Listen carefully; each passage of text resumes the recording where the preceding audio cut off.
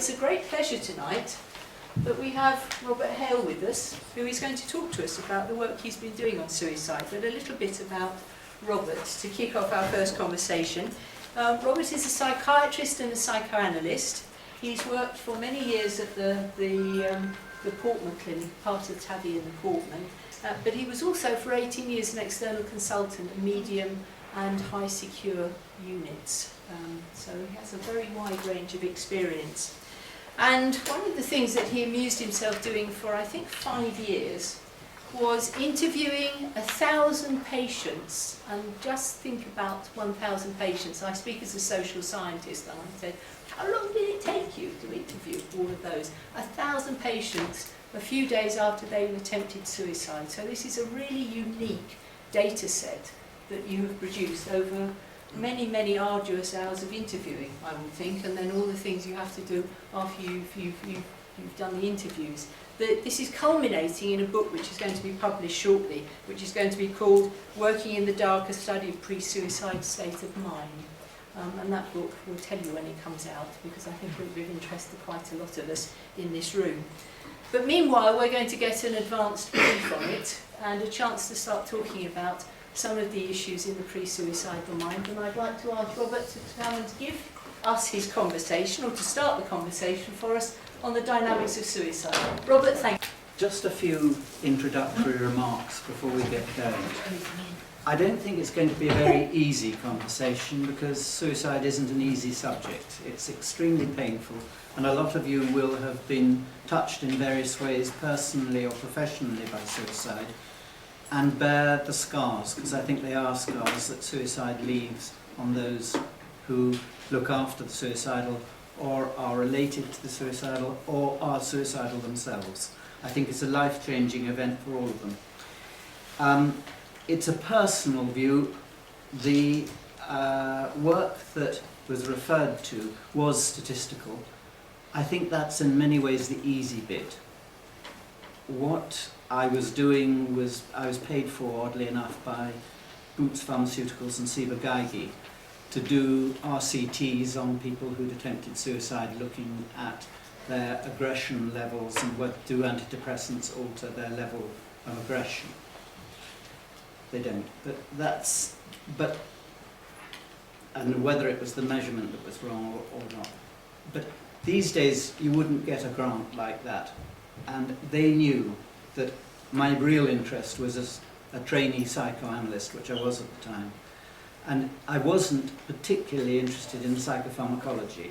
It was important, but it wasn't what really kept me fascinated. What kept me fascinated was, why did people want to kill themselves? What could one do to provide something, to turn something so destructive into something which might be positive? So it's a personal view, looking at that cohort of patients that I saw. In those days, it was the commonest cause of admission to any medical ward in the country. All of them came in via casualty and then were transferred to usually a medical, it might be an orthopaedic ward. And I saw all of those for 5 years. I saw 5 in one day. So it doesn't take very long to tot up quite a large number. And at the end of it, actually, the nurses and the physicians said, let's open up a unit within the casualty department, or the casualty ward rather, the intake ward, for those who've attempted suicide, where they can stay for up to 4 days without going on to being admitted to a psychiatric hospital. Interestingly, the social workers were very keen on it, and it went to the medical committee of the hospital. And for reasons which I'm not quite sure, it was actually shot down by the psychiatrists. So somewhere, I was left with the idea that psychiatrists were both frightened of suicide, but actually wanted to keep it at arm's length. Now, there may have been other reasons, but it was quite a disappointment in a way not to be able to open up that unit, because I'd actually worked I had an office in the medical admissions ward for 5 years, and a secretary there, and it was a unique opportunity. So that's the background. And then subsequently, when I went from St Mary's, it was, to the Portman Clinic, and the connection was that the Portman Clinic treats people who act out in a violent or sexually deviant way, but do so in a destructive way. And a very high proportion of the people at the Portman Clinic have attempted suicide. So the connection was kept. I'm going to be using some clinical examples the whole way through, and I want to get across to you the idea that suicide is a process. Doesn't happen in isolation, it happens in a context, it happens with a personal history and a social history. And that there are different starting points, but a final common pathway through which the suicidal process is enacted. Now, I've no experience of two areas that I'm sure you will ask me questions about, but I'm not going to be able to give you any coherent response, which is political suicides, in other words, people who, suicide bombers. I've only seen one, and he ran away. And I've no experience of suicide in terminal illness. I'm going to actually qualify that in a minute. So the question is, where does suicide start, the study of suicide start? Most of you, or some of you, may have heard of or have read Durkheim's amazing work, which was published in 1897. He was one of the founders of sociology, I think I'm right in saying. And he did a statistical analysis of the various demographic patterns of suicide in France. And that was published in 1897. But the first...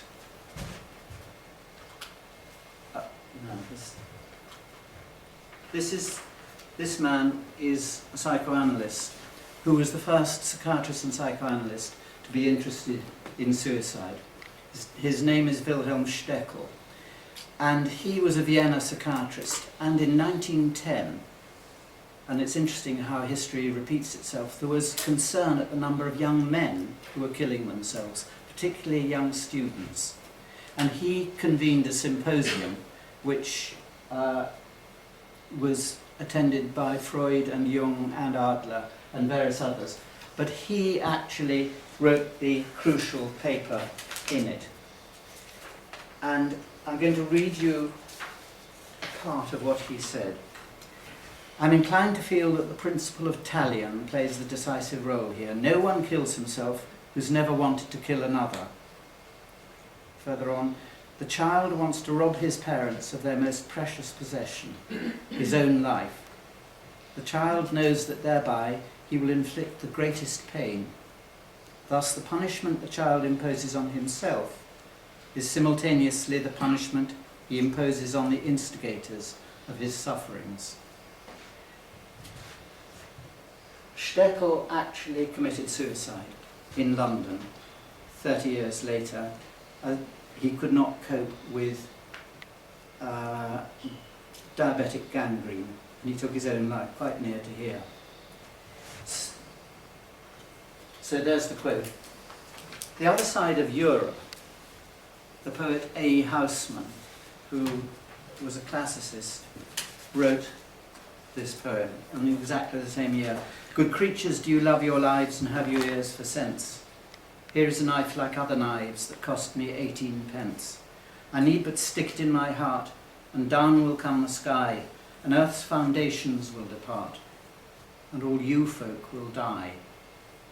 Now, what both of those people are saying is that that's the quote, that this is that suicide happens in the context of a relationship, or the failure of a relationship, and that one of the many purposes of suicide is to inflict pain on others. Now, I did say it's going to be a painful evening, because I think the easy thing is to look at the sanitized view of suicide.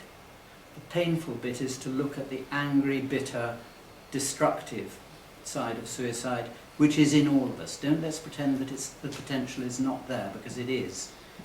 It's whether we have the the capacity to contain those suicidal fantasies that is the determining factor, and that circumstances change and we become vulnerable. And I said only on the basis that I can use it. And so I've got her written permission for this, and this is her account.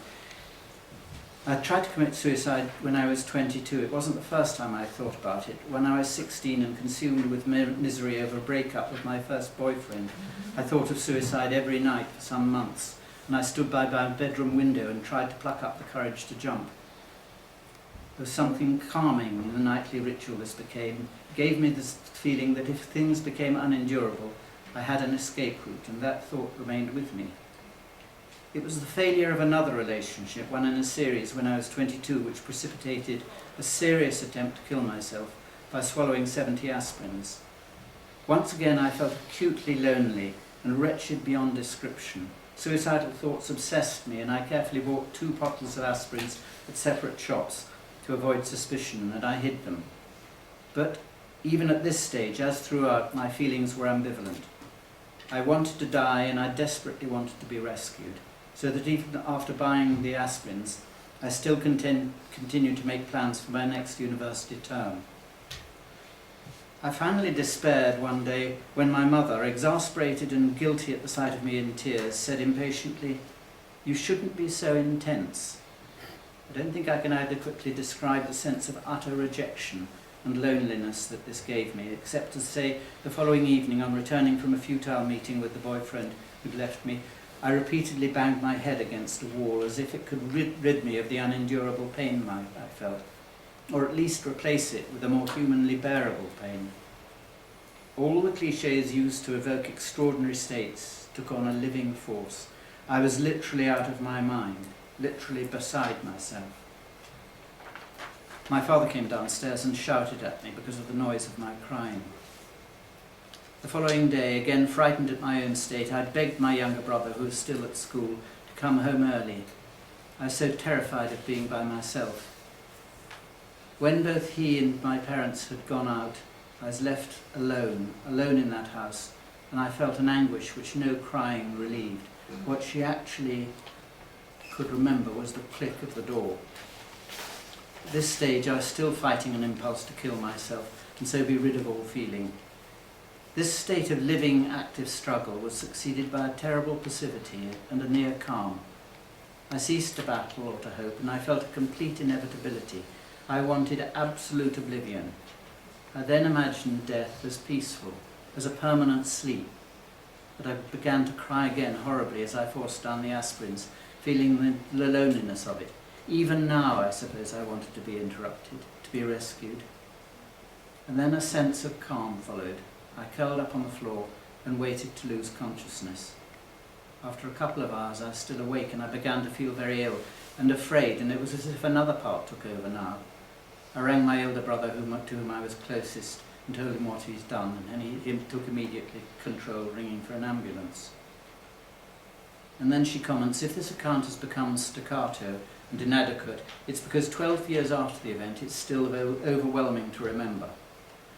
I've had to stop writing several times. I first tried to write about it some years ago, but had to set it aside. I don't know how to convey the complex truth of what happened. Even as a professional writer, which you might have guessed she is, I find it impossible. I'm so afraid that nothing can give any reader a sense of what I felt. I'd have to write an entire book, trying to explain the many desperate feelings over the years which led up to it, this suicide attempt. And this is a crucial bit, I think. It was in no way an isolated incident, but part of the very fabric of my life from childhood onwards. I had to struggle for a sense of worth and meaning, and a basic hope, which I only now understand are the norm for many people, but which were lacking in me. And then she comments further, I'm frightened still of this account somehow being rejected, going unheard, being discounted or disconfirmed, because these were all the things that I felt as a child and a teenager within the family, which were reactivated by any external rejection, and which culminated in my suicide attempt. Although it's truer to speak of it as my suicide, as I began to realise it later, because it was a kind of death, and then very slowly over years of treatment, a kind of rebirth. There is the idea that unconscious wishes pass directly from the unconscious into action without being represented in either thought or feeling, that the person finds themselves doing something as though on automatic pilot. That it's overdetermined. There isn't a single reason why someone commits suicide or attempts suicide. There are many. They all come together. And it's like the perfect storm. When there are sufficient, then the person makes an attack on their own life. And there are internal contradictions, always. One of the advantages of the concept of the unconscious is that mutual contradictions coexist perfectly happily. I remember one bloke who was a statistician who took 199 aspirins, and I said, "What happened to the 200th?" And he said, "Well, it fell on the floor and it had germs on it." Now, you know, it's funny, but it's true as well. It's a truth. There is always ambivalence, and it's quite hard at times to kill yourself, and at other times remarkably easy. But there is always a duality, always this contradiction. Also, I would put forward the idea that the distinction which used to be made between suicide and attempted suicide is not a very useful one. And there was a vogue about 40 years ago for saying these were two completely separate entities. Well, if they are, how come so many people who attempted suicide end up committing suicide? Because they do. It's one of the strongest predictors of subsequent suicide. So if they were separate, you wouldn't find them together. I think it's always a balance between the 199 aspirins and the one aspirin. It's always, as she said, the balance between wanting to die and wanting to be rescued. Now, whether wanting to be rescued is the same as wanting to survive is another matter. It's complex. But again, the idea that she said the whole way through, I wanted to be rescued. There is someone who's going to rescue her. So suicide then happens in the context of a dyadic relationship between two people, or rather the failure of that relationship. And what I want to come on to now is what's the nature of that relationship. But before I do so, let's just pause for a moment for a definition as I see it. The conscious or unconscious intention at the time of the act to kill the self's body.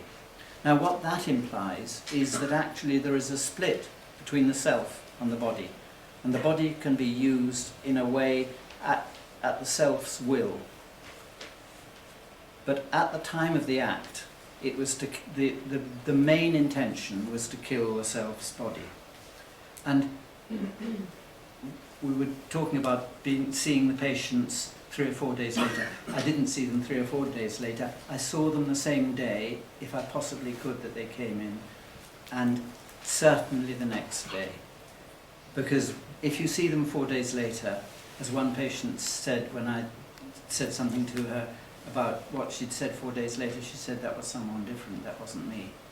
Now she knew it was her, but the point is that actually what we do is we completely revise what we think. And I think that one of the crucial things one has to try to do is to see someone before they've had a night's sleep, because dreaming actually alters the way we perceive things. And what you get the further on that you see the person, in other words, you see them a week later, you don't see a suicidal person. And it's actually crucial, therapeutically, to be in there at the breakdown, the suicidal breakdown.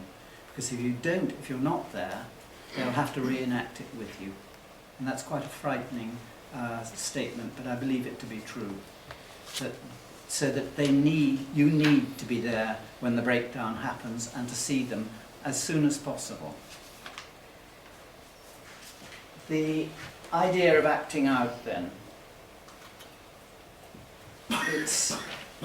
which is an action which is triggered by disdamage, that means psychic pain, psychological pain, not consciously recognised. In other words, the person doesn't realise the intensity of what they're feeling. and that the current situation replicates an original trauma. If you remember what she said, my patient, she said, throughout my life I've been terrified of rejection. And it was the rejection by the boyfriend that actually triggered her into suicide. But she said that wasn't the real rejection. The real rejection was my father shouting at me and my mother shutting the door on me, because that's what they'd done all her life, and she knew it. So that what was happening was the reenactment of a very early trauma the whole way through. And the central question of the attachment pattern of people who attempt suicide, it's for those of you who may know much more about attachment patterns than I, but they fall into the anxious attachment category. And the actions involve the self's body and sometimes the body of another. In violence, which is the other side of the coin of suicide, it's the body of another that's involved. And symbolically, what they're doing is both remembering the original trauma and reversing it, so that the other person becomes the victim. All you folk will die. I will have died nominally, but you're the ones that are going to have to live with the fact that you loved me so little that I killed myself. Now, it's an unkind, it's a sadistic impulse, but I think it's at the painful centre of suicide. And what it does is an alternative to breaking down into what I would see as virtually, frankly, psychotic functioning. But I think even at that time, as she said, I was out of my mind, I was beside myself. So she recognised that she was going through some sort of major breakdown. Now, the fundamental anxieties that we're dealing with, then, I'm saying, are on the top left-hand side there. They're of abandonment. That the person on whom I thought I could trust has actually betrayed me and abandoned me when I needed them most. The fact that I pushed them away is another matter. If I were violent, my fundamental anxiety would be, you got too bloody close to me, you got inside my mind. I remember I had a patient who used to beat up social workers, and I said, why did you do it? And she said, they're mind fuckers. They get inside my mind and it's like a dum-dum bullet and I can do nothing about it. And she actually broke into the social services office and stole her notes out of the social services office to get herself back, because she felt they got in and destroyed it and took herself away. Developmentally, the anxieties of humiliation and castration are very powerfully related, I think, to violence and to a certain extent to suicide. Guilt is related more to suicide than it is to violence. But the violent people are at times suicidal. Relatively few suicidal people, in my experience, are violent. As I said, at the Portman, a lot of the violent people are suicidal. I ran a group for paedophiles for many years, and I remember one group, there were I think 7 of them there, and all of them had attempted suicide at some point in their lives. So it relates to a lot of psychopathologies, but the fundamental experience is, all my life I've got into relationships in which I predict that I'm going to be abandoned. And I told you that you shouldn't abandon me, and you bloody well have. And the reason you have is because you never wanted me in the first place. Now, it sounds crazy, but it's actually, I think, what drives this crazy part of suicide. I think it's worthwhile just pausing to say that there is a distinction. Sorry, I've gone the wrong way. Suicide and self-mutilation are not the same thing. In suicide, the unconscious intention is to kill the self's body. In self-mutilation, the unconscious purpose is to torture the self's body. If you go and kill the person you're torturing, the fun ceases. You keep them alive to continue torturing them. In the book, which we've had a little plug for, there is quite a long section on the difference between self-mutilation and suicide. If you talk to someone who does both, they'll tell you they're different. They have their different experiences. Now, I said that the starting point towards suicide can be varied, and there's an Israeli psychiatrist called Alan Apter, whom you may have come across, who wrote an interesting paper on the fundamental character structure of people who attempt suicide, young people in particular he was interested in. And they fall into three groups, and these are the starting points coming towards the final common pathway. The first were a group that he described as schizoid and narcissistic. These are people who live relatively isolated lives, often academically quite successful or financially quite successful, who avoid relationships.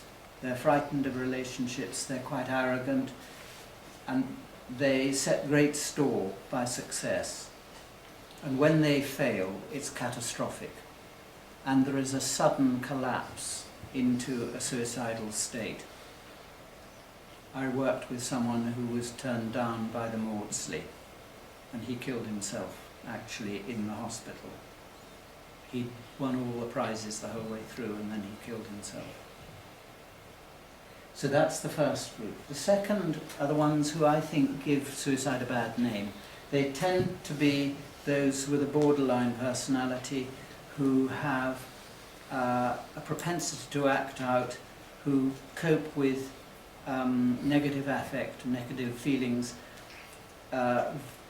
not very well. They're extremely emotionally labile, and they make great demands on the services. Now, Alan Apter puts forward the thesis that this is actually biochemically determined, and he looks at the serotonin metabolism in such people. But I think that more and more we're realizing that the differences in biochemical structures and physical structures can also be the result of injury, of psychic injury, as well as the cause of psychic disturbance. So that I think that group are increasingly one's realizing how many of them have been neglected or abused, and they have been troubled children and troubled adolescents. And the third group that he describes are those who have a mental illness, whether we call it such or not, but that they have significant depressive features. And these are the ones I think that actually, like my patient, she would fall into that category. If you had given her a depression rating scale, she probably would have scored quite highly on it. But all these three are the starting points. The narcissistic are over-controlled, and the borderline are under-controlled. Now, this is then the starting point. But what I want to take us to now is the idea that we all live in relationships in which we are intimate or non-intimate with our partners, with our friends, with our relatives. And that we live in a corridor between either being intruded upon, with people getting too close, and we were talking about pop music before I started talking, and I'm put in mind of Sting's famous thing, "Don't Stand So Close to Me," that song, which you'll probably know. In other words, that we don't want people too close to us, but equally well, we don't want them to go away. But what we normal, easy people do is we can communicate to them that they should either give us space or they should stay with us. But what if you can't communicate that, and you are the passive recipient of either being abandoned on the one hand, or intruded upon on the other hand. You can try to communicate with words, but what, and maybe we all do it at times, what we do is we employ acts of coercion. In other words, we force the other person either to come back to us or to go away. If you remember, she tried to persuade her brother to stay with her and her parents to stay with her because she was so terrified of being alone. Now, she failed. She couldn't force them to stay. And the suicide fantasy was enacted. Now this is what Mervyn Glasser describes this as a core complex, that such individuals, we all have this fear of too much intimacy and fear of abandonment. But what we can mostly do is say to our partners, look, don't go out tonight because I'm feeling a bit dodgy, or I need to go for a walk around the park. We can give ourselves space, or we can get our partner to be reciprocal to us and look after us. At times, and with certain individuals, that's not possible, and they have to force what they want on other people, acts of coercion and at times of cruelty. And this is what's called the core complex. And I think that it's when people enter that core complex that the suicidal process happens, from these three starting points. So we start with the core complex. There is then an act of betrayal. If you remember, the girl said, he left me, my boyfriend left me. Now, it reactivated all the betrayals in her past. But what she was experiencing that time was of him saying, oh, I can't take you out tonight, or, you know, I've got work to do. She saw that, she perceived that, of I don't want to be near to you, keep away from me. And then, do you remember what her mother said when she was crying? Her mother said, you shouldn't be so intense. In other words, I can't cope with that closeness. So that betrayal is one which is particular to her. She could cope with closeness, she couldn't cope with separation. She clung.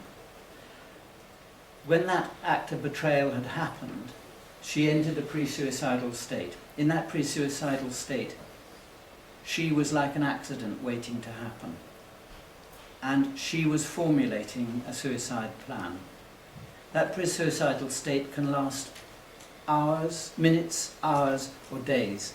For her, she went out and bought the aspirins at various shops. She hid them. She didn't want to be stopped. And yet, the whole way through, she was wanting to be found. And then, so she's in this pre-suicidal state. It was originally described by another Viennese analyst called Ringel. And then there is the final trigger, the coup de grace, which is specific to that person. And what's noxious for her is innocuous to others. What happens to her today is different to what would happen tomorrow. So it's both the time and the significance which is what counts. And for her, it was the click of the door. That confirmed what she'd always believed, that if really push came to shove, she would be betrayed. She would be let down. She would be abandoned. Her mind went into confusion. Now, confusion has two parts to it. It's a confusion of the ultimate feared fantasy and the current situation. So that what she's faced with is, my worst fantasy has come true. But confusion also implies that a breakdown in psychological functioning, and there are conjunctions in the mind which make you feel as though you're going mad. She said, I was literally beside myself. What then happens is that she acts it out. She crosses the body barrier, and there is suicidal enactment. Now, once you've done it once, you can do it very easily subsequently. It's like jumping off the top board at the swimming pool. Once you've done it once, it's easy. beforehand you think, oh, this is a bit dodgy, I don't know that I can do this. And assuming you don't do a belly flop, you say, oh, that was easy, you know, I can do that anytime. It's the physical enactment. You've actually, what you've done is you've changed a fantasy to a memory. And that in so doing, you've made it possible and possible to happen again. The reason it's a separate object also is that it's identified with the mother. In other words, I've given my body back to my mother and I'm going to kill my body and part of her's going to die too. All you folk will die. So that the body becomes identified with the mother and the attack on the body is the attack on the mother. And it's remarkable how many people, if you say to them, have you thought about suicide? Say, I thought about it, but it'd just kill my mother. And they're right, it would. It's exactly what would happen.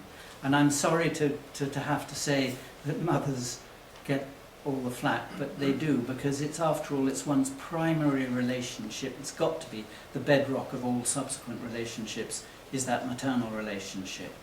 And what is remarkable is when you come across someone who attempts suicide, and I can think of four of them, who said, my mother told me that she tried to get an abortion.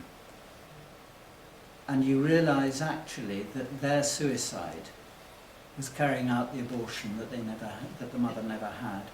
And the most dramatic one I remember was a man who was said he was one of non-identical twins, and his mother had an abortion, but the abortion only got rid of one child, and when he was born, his mother told him that his brother had been aborted, but that he, I don't know if it was brother or sister, had been aborted, but he escaped that. Now imagine living with that, knowing that your mother wanted to get rid of you and had got rid of your brother. It's a hard burden to have to take. There's always the dicing with death. It's always a matter of chance. It's part of the, as it were, game, as it were, is to put one's life in the hands of fate. And then the decision is someone else's. There is always an element of guilt, or practically always an element of guilt, not only guilt for having attempted suicide, but guilt which drives suicide as well.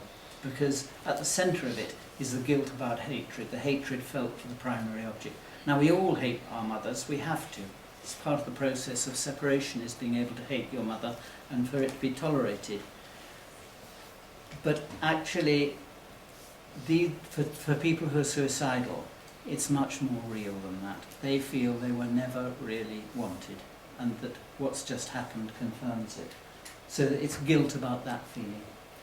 And the last, and this is a one which is quite closer, a bit closer to the people in self-mutilation, they feel that there is something bad within them, which will be actually got rid of by killing themselves. So that there is something toxic within them which has got to be killed.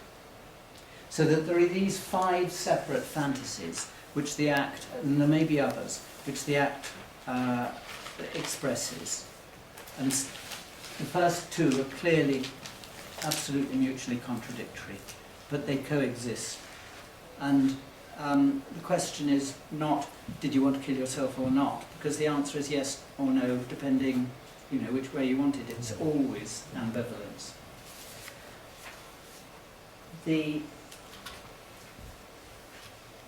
hidden executioner, I'm just mentioning this because of what the person sometimes does is get someone else to be the executioner.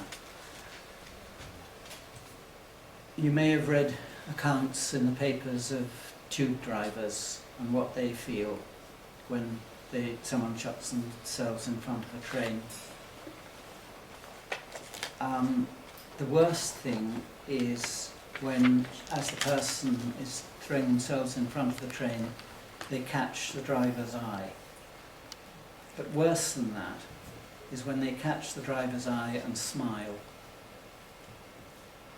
And it sends a shiver down my spine to think about that. Because what does it feel like to feel that actually you have been appointed to be the executioner of that person? The sadism is enormous. I want to finish with is it all hopeless? Is suicide always destructive? And I want to read to you a bit about, if I can find her, my patient. Here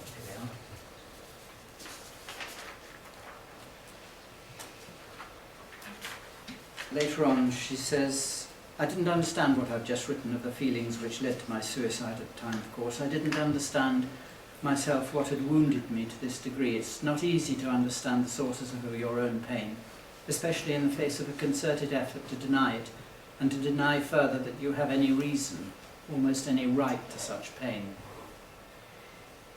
The whole episode provided a temporary short-circuit relief of my desperate circular feelings, but they then returned in full force, and it was at this stage that my mother arranged for me to see a psychotherapist. That was me.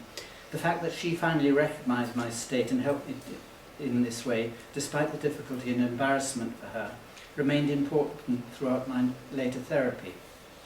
I didn't embark on this until after leaving university for a number of reasons, but equally it remained crucial to me, a kind of saving light, that there was the possibility of seeing someone I'd already met. I was given the option of seeing a different therapist, new and therefore therefore a stranger, in too many significant ways whilst at university. But this referral in my fragile state was too a miniature rejection. I feel a completely different person now to my 22-year-old self. I'm not immune to depression, but I have an extraordinary sense of inner security, gained through many years of treatment, including the acceptance of that most violent, angry, wretched and despairing self. I have a basic hope. My father remains a distant figure, but I have a completely new closeness to my mother, and I came to understand a great deal of both their suffering. I felt more and more conscious whilst writing this of how bare and formal summary it is. I've not been able to write it differently. Any more coloured account might have seemed still more unreal. Any account of my life would have to place my suicide at the centre. From childhood, everything led irrevocably towards this rapidly narrowing path, and everything since has led in an ever-widening arc. If I was unlucky that nothing stopped the headlong momentum towards it, I was not lucky, but quite simply saved, because I had an interpreter and a guide to direct me from it. And I hope this won't be a matter of chance for others. I'm Dr Kate Pugh, consultant psychiatrist in psychotherapy and psychotherapy tutor at St Mary's. Put in the position of both looking after our patients, but also to an extent it becomes our fault that if someone kills themselves, it's because we failed. And I think sometimes it absolutely feels like that. I mean, one can get drawn into being the one who abandons, and that's a very powerful dynamic. Is that it is ultimately it's a human's right to end their life if they want to. Yes, it could lead to that conclusion. Yeah. And I believe that, and you know, there was and of course there is also the fact that an awful lot of people who attempt suicide or complete suicide actually lull people into a sense of believing they're not going to. And there is always part of them that does want to kill themselves, and part that wants to survive. Yeah, it's of talking to all these people, how many of them perhaps were you aware of that left a suicide note? And is that still a good judge of how serious a person really wanted to kill themselves, only if they left a suicide note? I think each one you have to judge in its own right. Yeah, well, that's fair enough. But if someone decides, well, it can't have been suicide if someone didn't leave a suicide note. No, obviously not. No. The slide that I flipped over of Luoma of how few people who do kill themselves have been in contact with psychiatric services, that it's a very relatively small proportion. and that that's not to say that people, I'm telling you something you know full well, that people who have a contact with psychiatric services do have a raised likelihood of suicide, but that it's centrally, it is a public health issue, I think. Whether we can, I should know that the Philadelphia study that was mentioned earlier on, but what they did to prevent it in the first place, of that vast majority of people who aren't in touch with services and don't see, it seems to me, don't see themselves as being in need of being in touch with services. I remember one bloke saying, I said something about, did you think of bringing the Samaritans? And he said, no, I want to kill myself. And I thought, yeah, see what you're on about. You know, that the predominant feeling at that time was of wanting to kill himself. Now, I'm not knocking the Samaritans for one moment at all. You know, I think they are an invaluable asset that we've got in society. But that the person who's really determined doesn't use those services or purposely evades those services at times. And how we answer, I don't know the answer. Again, it gets back to it being a memory rather than a fantasy.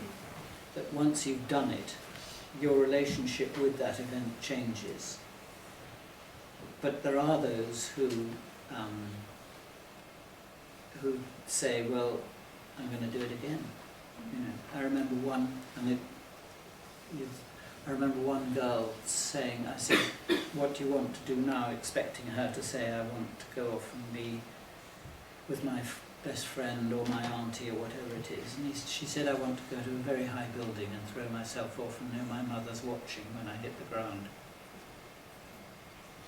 So for some people it remains there. I need hardly say I took her about as seriously as you could. The act hadn't altered the way she felt about it.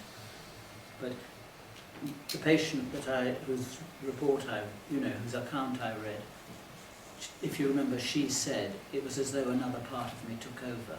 Now, what the time difference is may vary enormously, but you know, what you feel at one stage isn't necessarily what you're going to feel at a subsequent stage. But if the act itself hasn't changed the fantasy, then I think you really, really have got to take it incredibly seriously.